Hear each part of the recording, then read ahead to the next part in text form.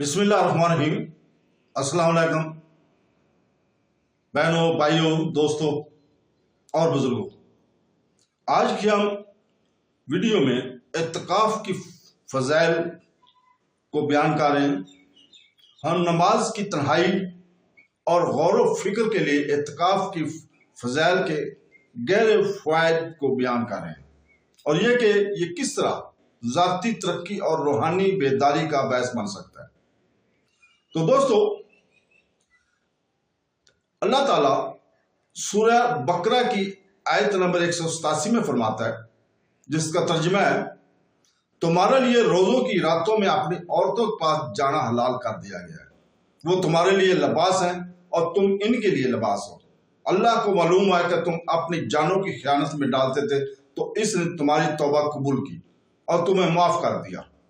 तो अब इनसे हम बिस्तरी कर लो और जो अल्लाह ने तुम्हारे नसीब में लिखा हुआ है इसे तलब करो और खाओ और पियो, यहां तक कि तुम्हारे लिए फजर से सफेदी सुबह का डोरा स्याही रात के डोरे से मुमताज हो जाए।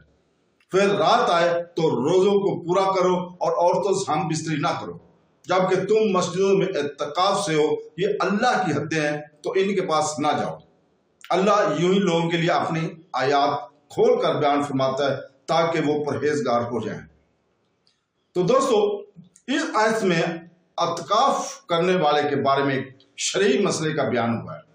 इसी मुनासबत से हम यहाँ इत्तिकाफ के बारे में नबी करीम सल्लल्लाहु अलैहि वसल्लम का अमल मुबारक, इत्तिकाफ के फज़ाइल और इत्तिकाफ से मुतल्लिक़ मजीद मसाइल बयान करते हैं।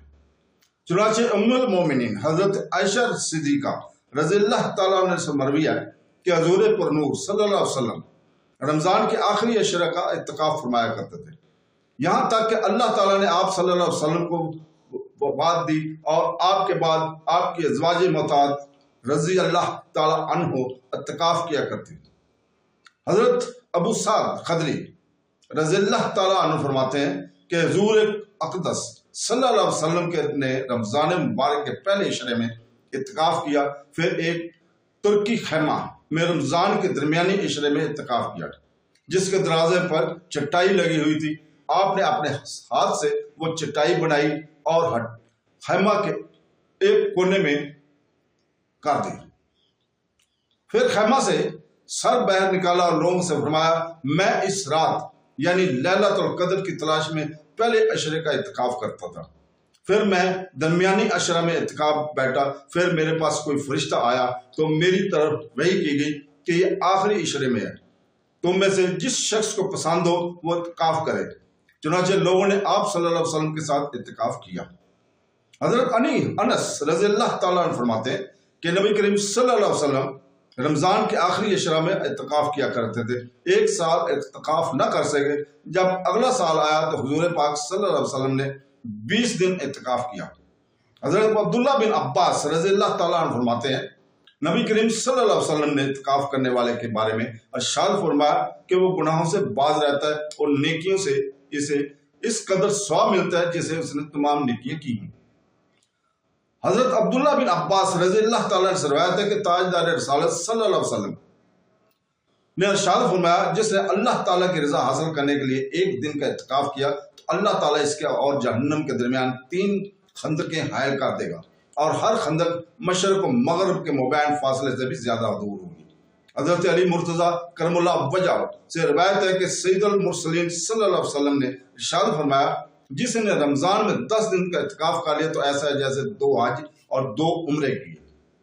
हजरत हसन बसरी रज़ियल्लाहु ताला से मरवी है कि इत्तिकाफ करने वाले को रोजाना 1 हज का सवाब मिलता है। इत्तिकाफ के चंद मसाइल हम बयान कर रहे हैं। नंबर 1, मर्दों के इत्तिकाफ के लिए बाकायदा शरई मस्जिद जरूरी है। नंबर 2, मुतकफ को मस्जिद में खाना पीना सोना जायज है। नंबर 3, औरतों का इत्तिकाफ इनके घरों में मस्जिद बैत में जायज है और फी ज़माना इन्हें मस्जिदों में इत्तिकाफ की इजाजत नहीं। नंबर 4, वाजिब और सुन्नत इत्तिकाफ में रोजा शर्त है। नफली इत्तिकाफ में रोजा जरूरी नहीं और नफली इत्तिकाफ चंद मिनट का भी हो सकता है। जब मस्जिद में जाएं नफली इत्तिकाफ की नियत करें।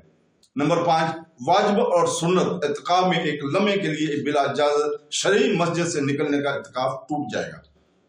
तो दोस्तों, अल्लाह ताला से दुआ है कि वो हमें कुरान और हदीस पढ़ने और इत्तिकाफ करने की हिम्मत अता फरमाए آمین سم آمین۔ اللہ حافظ۔